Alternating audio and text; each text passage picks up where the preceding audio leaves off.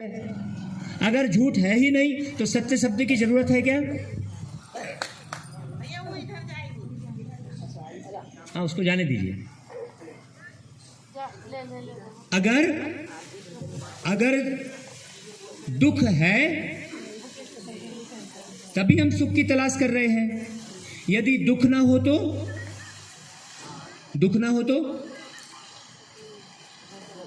सुख की तलाश हम क्यों करें? सत्य नारायण हम सुन रहे हैं तो जरूर वो नारायण कभी झूठ किया होगा। तो कौन है वो नारायण? यहां आज हमको ये बहुत अच्छे से समझना है।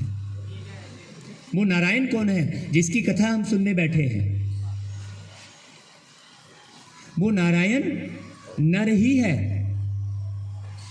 नर ही नारायण है। ये तस्वीर में क्या दिखाई दे रहा है? दो आंखें दिखाई दे रहा है। नारायण के हाथ में भी चार आंखें तो नहीं है, चार कान तो नहीं है। वही मुख, वही आंख, वही नाक, वही कान जो हमारे पास है। इसका मतलब नर ही कभी नारायण बनता है, नर ही कभी सत्य नारायण बनता है और नर ही कभी झूठ कर्म करता है। ये बात हमें समझनी है। आइए अब हम सत्यनारायण की कथा शुरू करते हैं। नहीं तो आप कहेंगे कि पंडित जी ने तो सत्यनारायण की कथा सुनाई ही नहीं। आप लोग सुनिए बहुत अच्छे से। पहला अध्याय है।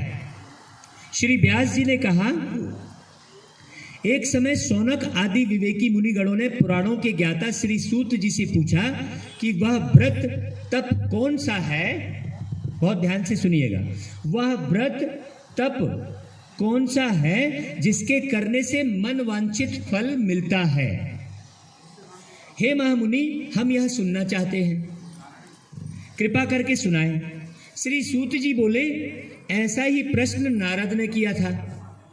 नारद शब्द में भी नार शब्द आ रहा है। नारद मतलब कहां से उत्पत्ति है? नार से। नार से उत्पत्ति हर एक मनुष्य की हुई है, तो हर एक मनुष्य नारद हुआ। बहुत अच्छे से समझना। नारद ने प्रश्न किया, मतलब किसने प्रश्न किया? नार से निकले हुए देव बनने वाले मनुष्यों ने। नारद, दा का मतलब देव। नार से निकले हुए नर ने, देव बनने वाले मनुष्य ने किससे प्रश्न किया? भगवान से प्रश्न किया कि ऐसा कोई उपाय बताएं जिससे मन वांछित फल मिले। जो कुछ भगवान कमलापति ने कहा था आप सब उसे सुनिए। भगवान ने क्या कहा था? परोपकार की भावना लेकर योगी नारद अनेक लोकों की यात्रा करते करते मृत्यु लोक में आ गया। मृत्यु लोक कहां पर है? मृत्यु लोक किसे कहते हैं? इस धरती को। तो कहां आ गए नारद जी? मतलब अनेकों लोकों की यात्रा करते करते वो नर कहां पहुंच गया? मृत्यु लोक। हमने कहां से शुरू की थी बात? फलाने व्यक्ति का देहांत हो गया। मतलब क्या हुआ? देह का अंत हो गया। माने किसकी मृत्यु हुई? देह की। उस नर की नहीं हुई जो नार से उत्पन्न हुआ था। उस नर की मृत्यु नहीं हुई जो नार से उत्पन्न हुआ था। बहुत अच्छे से समझिएगा। तो वहां उन्होंने देखा कि लोग तरह तरह के कष्ट भोग रहे हैं। कहां? इस पृथ्वी मृत्यु लोक में। पिछले कर्मों के प्रभाव से अनेक योनियों में उत्पन्न हो रहे हैं। पिछले कर्मों के प्रभाव से कौन कर रहा है पिछला कर्म? क्योंकि शरीर तो जला दिया गया। तो पिछले जन्म में कर्म किसने किया? शरीर तो जला दिया। अनेक के घरों में, बहुत सारे घरों में ये अनुभव होता है कि मेरे घर में जैसे कि दादी फिर से आ गई। ऐसा होता है कि नहीं होता है? बहुत घरों में अनुभव हुआ होगा। अभी हम कटनी में भागवत करने गए थे तो एक माता के पति ने शरीर छोड़ दिया था। फिर उसने अपना और परिचय दिया तो बच्चे का फोटो दिखाया। माने उसके बेटे का बेटा हुआ था, उसके पति के शरीर छोड़ने के 2 साल बाद।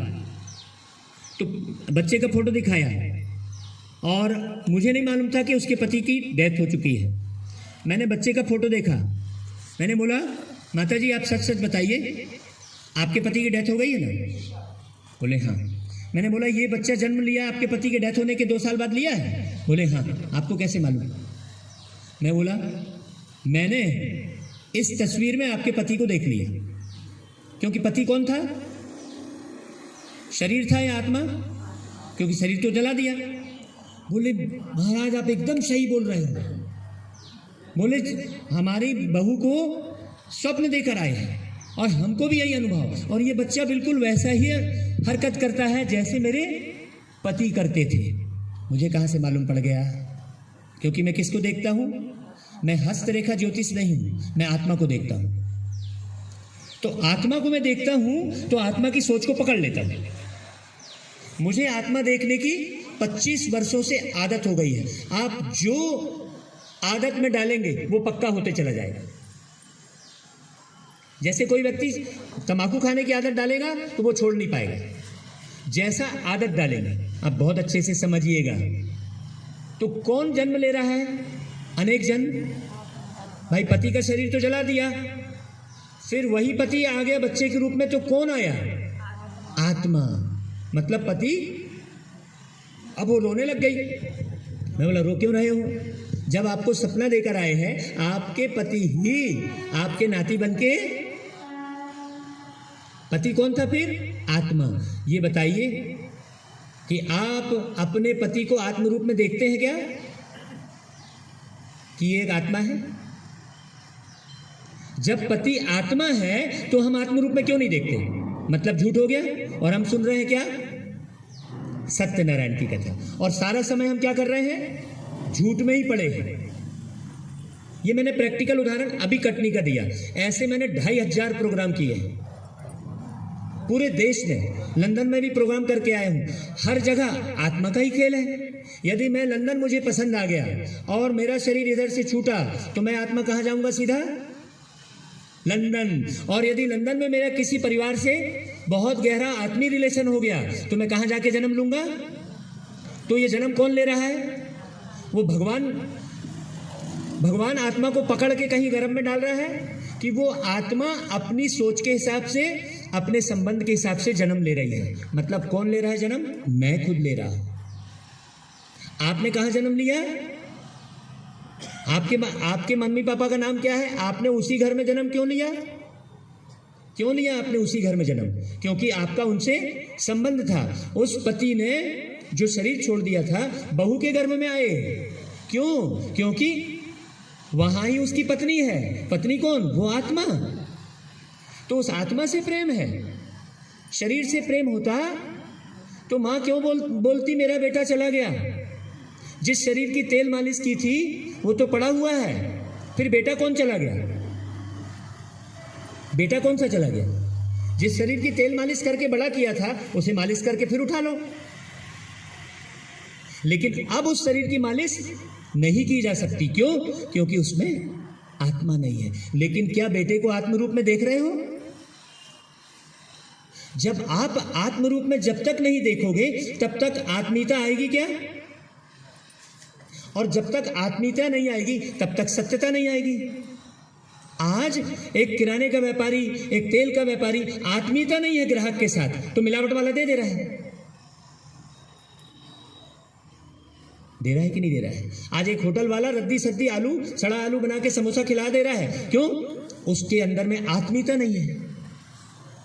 आत्मीयता नहीं क्यों नहीं है? क्योंकि आत्मा का ज्ञान नहीं है। आज सत्यनारायण की कथा हम सुन रहे हैं। अब दुखी जनों को देख नारद सोचने लगे कि इन प्राणियों का दुख किस प्रकार दूर हो जाए। मन में यही भावना रखकर नारद जी भगवान के पास पहुंचे।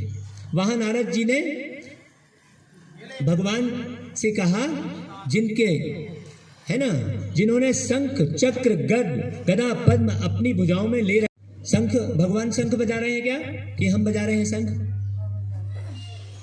शंख कौन बजा रहा है? शंख तो भगवान के हाथ में है। बजा कौन रहा है? बजा कौन रहा है? तो भगवान ने कौन सा शंख बजाया? शंख भगवान ने धरती पर आकर ज्ञान का शंख बजाया। ज्ञान सुनाया। भगवान के हाथ में चक्र है, तो वो चक्र किस बात का प्रतीक है? भगवान ने आकर सृष्टि चक्र